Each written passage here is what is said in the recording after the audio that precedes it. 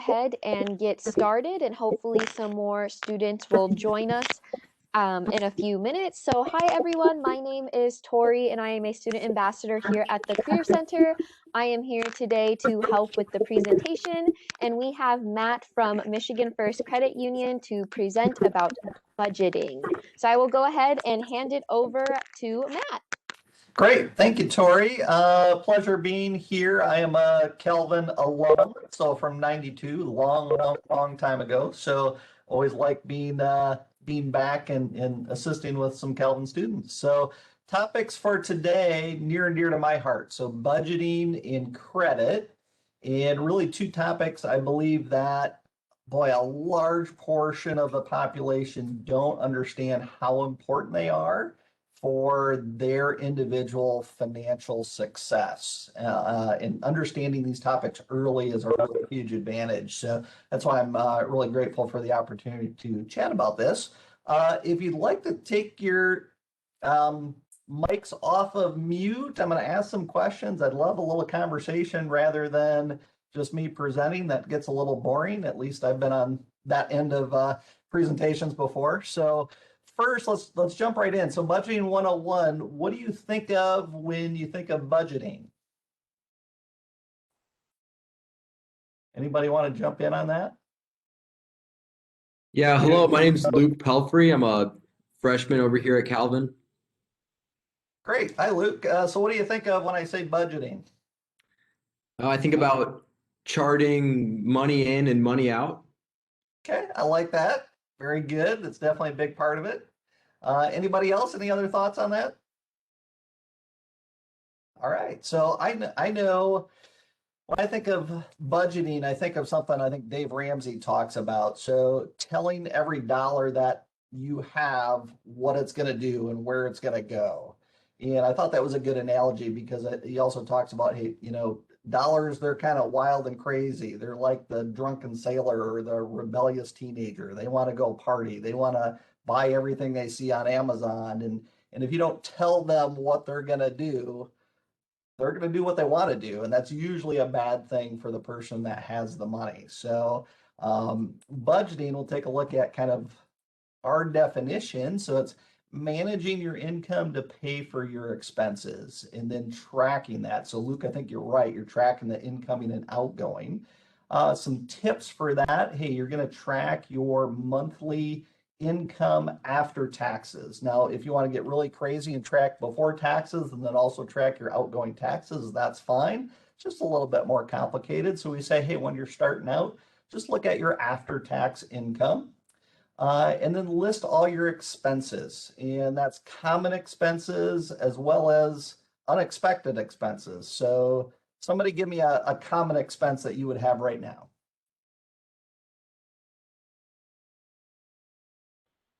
Gas. Gas is definitely one. Give me another one. Food. Food, exactly. Maybe you don't have it yet, but rent or books, right, for classes, those types of things. Clothes, probably be doing, utilities at some point if you move off campus, that type of thing. So those are all common expenses. And then you got some unexpected expenses. So what are some unexpected expenses that you might run into? Car repair. Car repair, very good. That was almost a common expense for me when I was in school. So hopefully that's not for you guys, but what else do you think? I don't know how big of a group we have. So I'll throw some other things out there. Boy, maybe if you have a medical emergency, that might be a unexpected expense. Certainly, hey, when you're in your career, maybe plumbing expenses. Maybe if you love pets, I have pets, there's always some emergency pet bill that comes up, or even the common maintenance pet bills. Boy, how about a speeding ticket? That's definitely something you never want to have, but probably some of you on the phone can relate to. I know I certainly could back in the day as well. So there's those uncommon and unexpected expenses that you want to try and think out and plan for so that they don't put you in a bad situation when they happen. Another thing then is, hey, choose a budget plan, choose an app to use. You can use Excel spreadsheet, you can just handwrite it out. Doesn't really matter. There are a lot of great budgeting apps right now, even free ones that are out there. So is anybody using one of those right now? Okay, I'll take that as a no, but there are plenty of good ones out there. I'm sorry, was someone going to say? Yeah, I was saying I'm using Mint.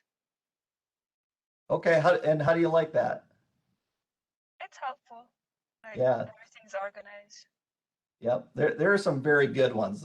That's one thing great that technology is good for is boy, budgeting. It makes life so much easier.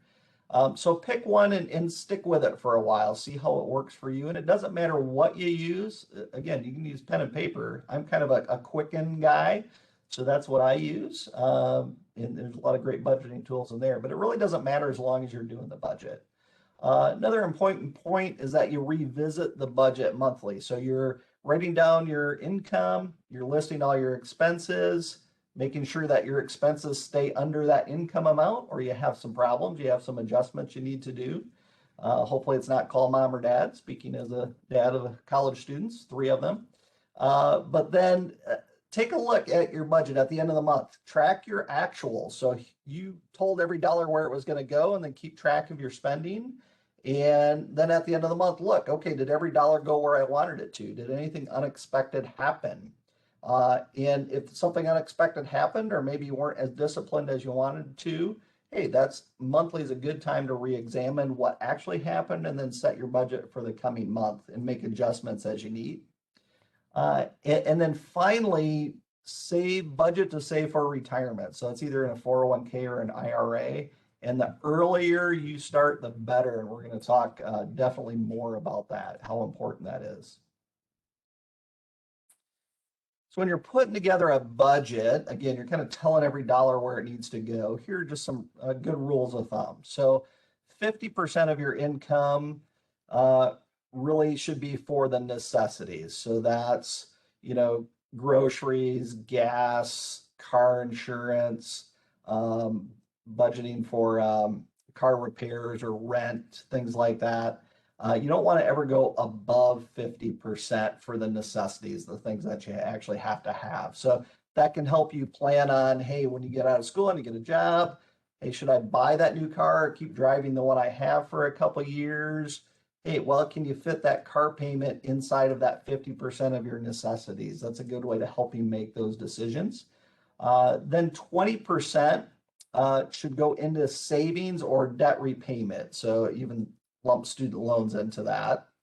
And 30% would go to the things that you want. So that's the entertainment, that's going out with friends, that's the weekend up north or whatever the case may be, golf, whatever.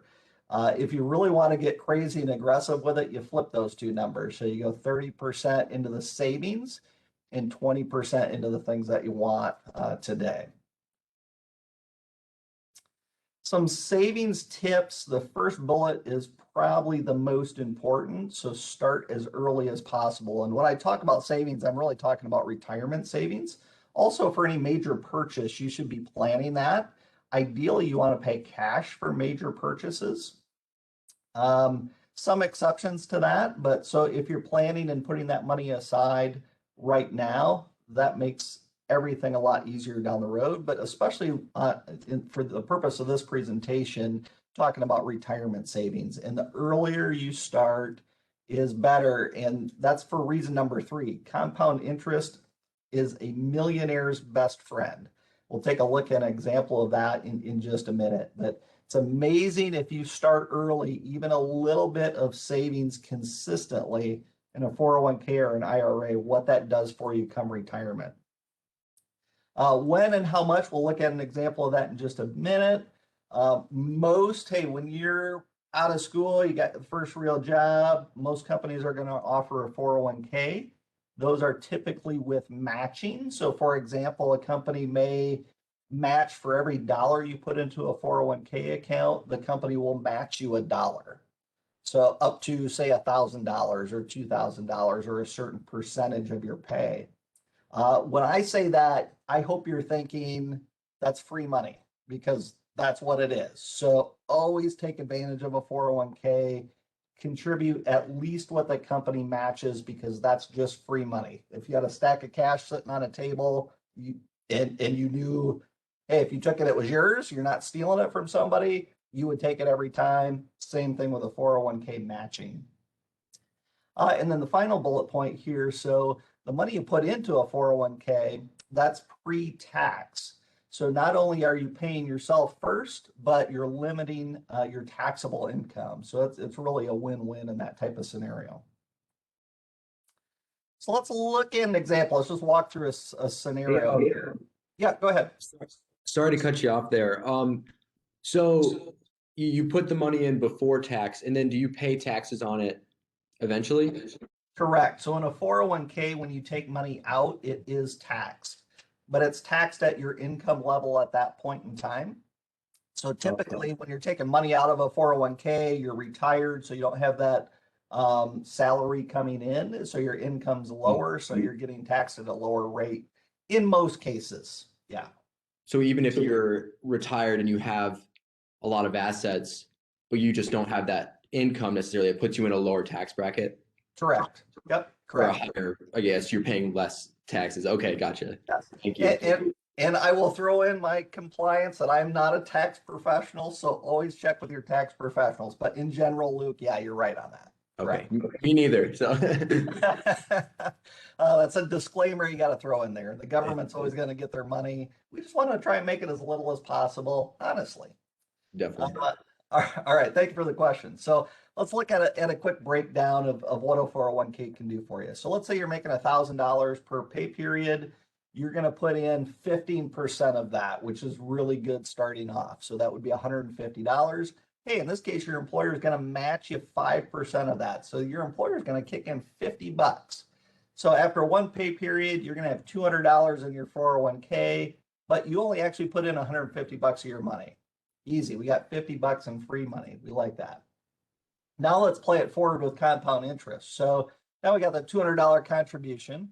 Let's say you're making 7%. That's going to vary, but that's pretty realistic over time.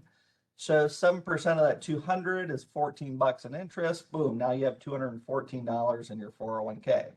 Now your next pay period, hey, you're going to put in another $150. Company's going to put in another 50. So that's the 200. We already had $214 in there, so now we're up to 414 or 414. We get 7% estimated interest rate on that, almost another $30. And so now at the end of two pay periods, you have $442.98 balance in your 401k, but how much of your own money did you actually put in? Anyone? 200. Not even 200. So you put in actually 150 each pay period. So you only put in 300, but because of your company match and the interest, you're up to 442. That's a pretty great rate of return. So that's why, hey, boy, contributing to that 401k, taking care of that company match is so critical. So now let's have some fun. Let's play this out over time. So now we're gonna just do me a favor on this slide. Let's just not pay attention to Chelsea at the bottom. So let's just take a look at Jordan and Drake.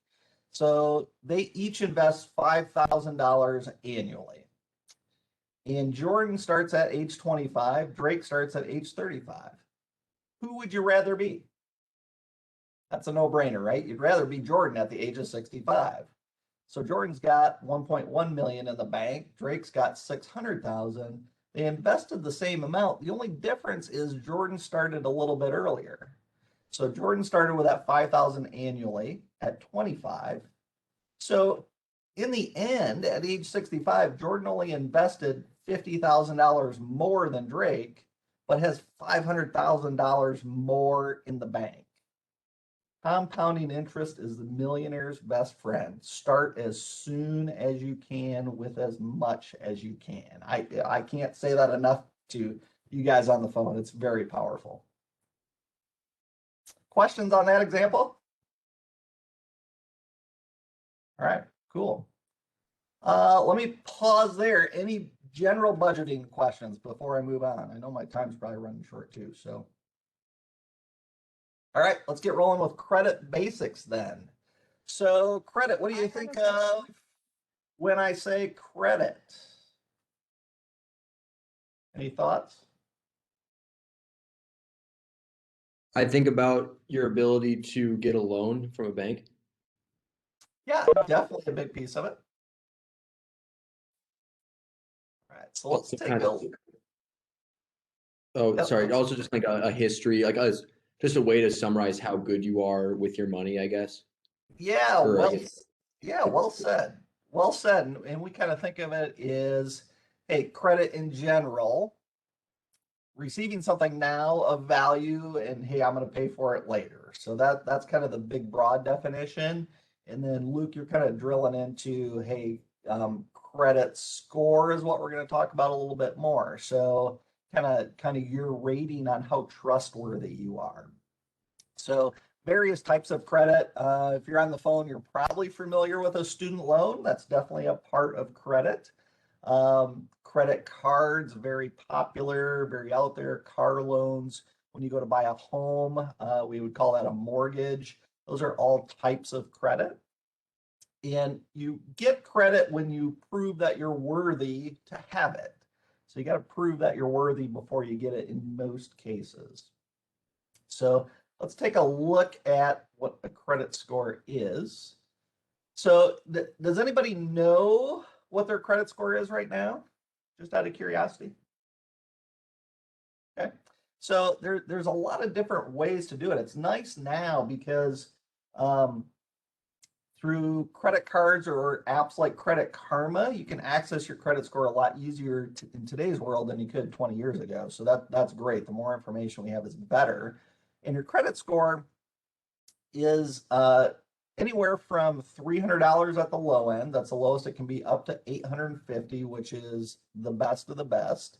And it reflects your financial reputation. That's the way you want to think about it. So how trustworthy are you in financial matters? That's what it's grading. You want to always have your credit score 700 and above. Really, 740 and above is always going to qualify you for the best interest rates. And we'll take a look at why that's important in just a minute. So, but if you just understand, hey, 300 to 850, you want to be in the 700s. That's kind of the important piece there. And everybody starts out at zero. So if you haven't had any credit, that's okay. You start at zero, that's where everybody starts at. Now, how important is a credit score? And again, this is, I wish everybody understood this going into the workforce coming out of school, because it impacts, again, so much of your potential financial success or struggles. So credit scores are going to be looked at when you get insurance for a car, for a home, in your utility costs, cell phone. Hey, if you're going to get a new phone from Verizon, they might look at your credit because iPhones are so expensive to get on their payment plan. They're going to look at your credit. Anytime you're going to rent an apartment, they're going to look at how trustworthy you are in your payments and your financial avenues. Buying a house, any type of loan you ever get. Car loan is a great example. That's what we'll look at in detail in just a second. Employment opportunities. A lot of people don't think about that, but especially in the financial world that I live in, you can have some things on your credit report that might limit you from getting a license, which will limit your ability to maximize earnings, might even prohibit you from being employed, from getting a job offer. So that's really an important piece of it. And lenders also determine your credit score or use your credit score to determine your interest rate. That is where it really hits your pocketbook as well too. So let's just take a look at a great example of this. So here we have two people. We have Sam and April. They're each going to buy the same car. They're going out. This is 2019. They're buying a brand new Chevy Equinox. Cost a little over 28 grand. They're going to finance it for 6 years. The only difference between Sam and April, let's say they have the same job, make the same amount of money, but Sam's got a credit score of 725. Very good. He's proven track record. April has a credit score of 595. So now that's low. That's not a good track record. And so the lender in this case, because Sam is very trustworthy from a financial standpoint, he's going to get an interest rate on that loan of 4.24%. April, because she has a much lower credit score, she's going to get a rate of 18.99%. Well, when you take that over 6 years of repayment, you're looking at, if you just look at the total interest paid line, it's $3,800 for Sam in interest he's going to pay over the life of that loan compared to over $19,000 for April. So just because of a low credit score, April's cost to purchase that new car is over $15,000 more than Sam's. That's a lot of money. That is a lot of money.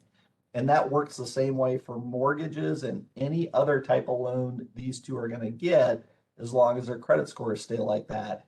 It is very, very expensive to have a low credit score. So let's take a look at kind of what goes into a credit score and then how to build a positive credit score.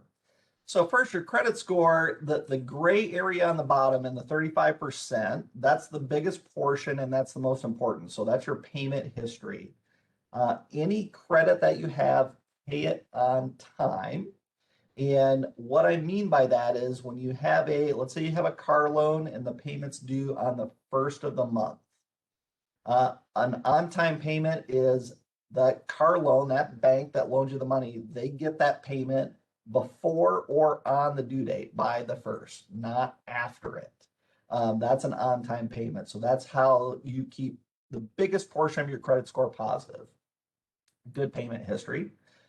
Then debt and available credit. So that's something where when you get a credit card, as an example, let's say you get $1,000 credit limit on a credit card. That means you can swipe that card and buy something up to $1,000.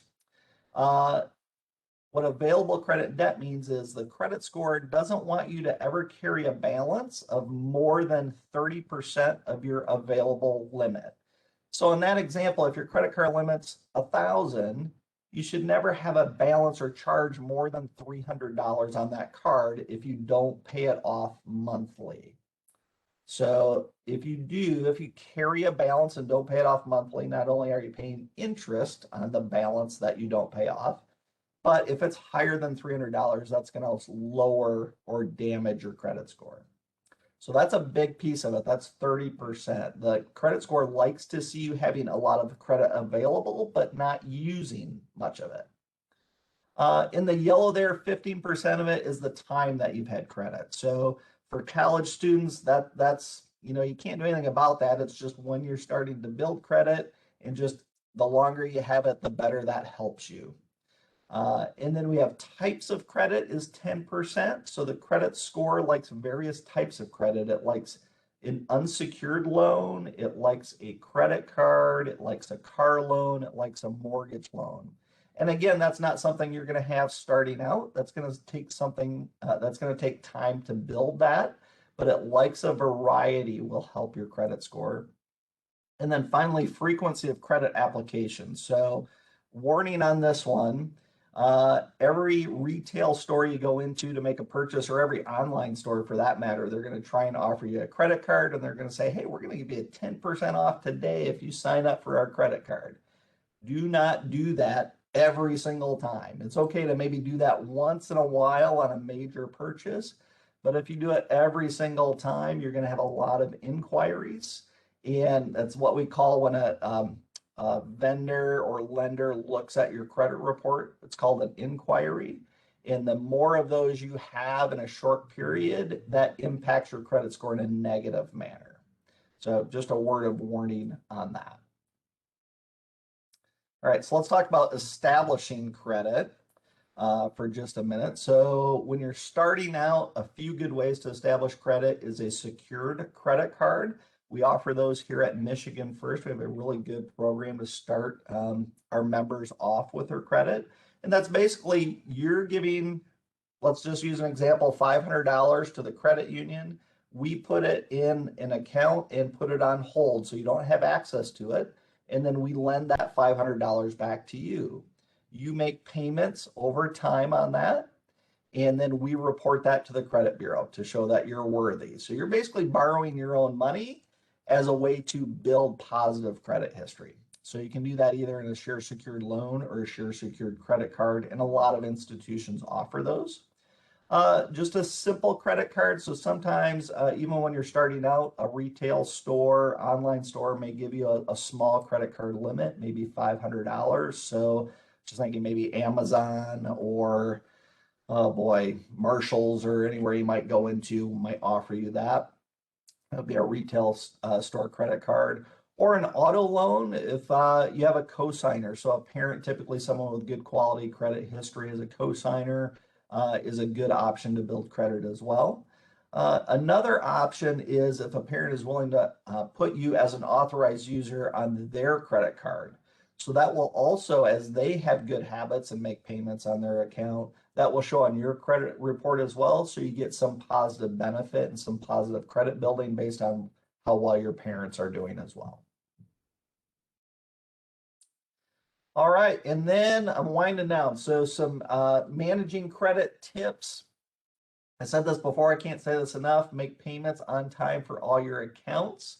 If you make late payments, it stays on your credit report for 7 years. It hurts you for 7 years. So just prevent that by making payments. If you ever have a loan and you think you're going to miss a payment because something unexpected happened that you didn't budget for, again, throw back to why budgeting is so important. Call that creditor before your due date. There's a lot of times they can help you prevent any negative impact to your credit report if you're proactive. Ideally, that second bullet point, pay your credit card balances in full every month. If you pay your balance on your statement in full every month, you're never going to pay interest. So your credit's going to be good and you're not costing yourself any interest from that credit card. So that's a big benefit. Always recommend doing that. We already talked about the next bullet point. Keep accounts open. So I was meeting with a member this past week actually who was really happy because she had just paid off about 10 different credit cards over the last 6 months, which is great. It's a very positive thing. But when she paid them off, she closed those accounts. And so she didn't have access to those credit lines. The credit bureau and the credit score don't like that because now she doesn't have that credit available to her. So that lowered her credit score. So if you do have a debt, a credit card debt specifically, and you pay it off, just leave that account open. Just don't use that card. That's totally fine. No penalties for that. Just don't use the card, and the credit report likes that. We talked about that. One thing you can do, and I always recommend this, is you can get a free copy of your credit report from all 3 credit reporting agencies annually. So the 3 credit reporting agencies are Equifax, Experian, and TransUnion. And you can get that right from annualcreditreport.com. It's not a scam. You don't have to put any credit card information in, but it's a great way to review your credit every year for free. And if you see any errors, you can file a dispute with a credit reporting agency to get that corrected, and that can really help from a credit standpoint as well. Just a couple things as you guys, one of the first things you'll probably be doing as you're getting credit is looking for a credit card. So just real quickly, some things to look at when you're comparing credit cards. One is the annual percentage rate. So anytime you have a credit card, you swipe it, you make purchases. Again, try and when you get your statement, it'll show you how much you bought. So let's say you bought $100 worth of gas and groceries. Ideally, you want to pay that $100 every month, the full amount of that statement. If you can't do that, you only pay $50, you're going to pay interest on the remaining amount that you didn't pay. So you want to look for the lowest annual percentage rate possible. You want to look for annual fees and foreign transaction fees. That annual fee is probably the biggest one. There are a lot of cards out there that have annual fees. So for example, there are cards that have maybe great reward systems, but come with a $200 annual fee. And that may make sense if you're a frequent business traveler and using the card all the time. It may make sense to get all those rewards to pay the fee. Personally, I'm allergic to fees. So I like the cards that don't have an annual fee. Credit limit is something that will increase over time as you build trust, as you increase your credit score. And then you also want to look at what rewards it offers. Most credit cards offer some type of rewards, whether that's cash back, whether that's points you earn for, you can redeem for travel or major purchases, even charitable donations, things like that. So that's something you want to look at as well. All right, I think we're late on time, so I'm gonna kick it back to Tori and to close out, and we'll skip the fraud protection. So back to you, Tori. Hi, thank you so much, Matt, for presenting today and for teaching us about budgeting. I do have a quick announcement. So we had a gift card for those who attended one of the students. So Luke, if you could please come by the Career Center tomorrow between 10 a.m. and 4 p.m. You won a Pete's gift card.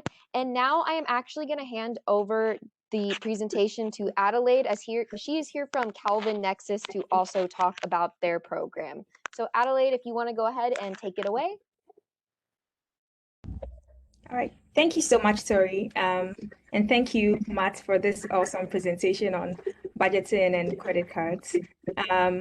After hearing, all about what goes on with managing your credit cards, budgeting, you may be wondering, how can you get personalized help to help with your specific financial situation? And Nexus Peer Financial Coaching is here for you. We are personalized, free service on campus. We have 5 student coaches who help students with their specific financial needs. We help with taxes, with budgeting, with credit card management, student loan management, and we entreat you to come to us. We have an office in the library, and you can find us on our website and just sign up for a coach, and we'll be here to walk you through the process of finding out how to even sign up for a credit card, how to manage your specific credit card situation. And so this just tell you that we are a service out here on campus, free, money mentor. The last slide and all the slides had the icon of having a money mentor, and so we are here to mentor you through your finances. And so sign up and we'll be happy to help you. Thank you, Tori. Thanks, Courtney, too, for having me. Of course. So thank you so much, everyone, for coming today. That is the end of the workshop. Thanks, everyone.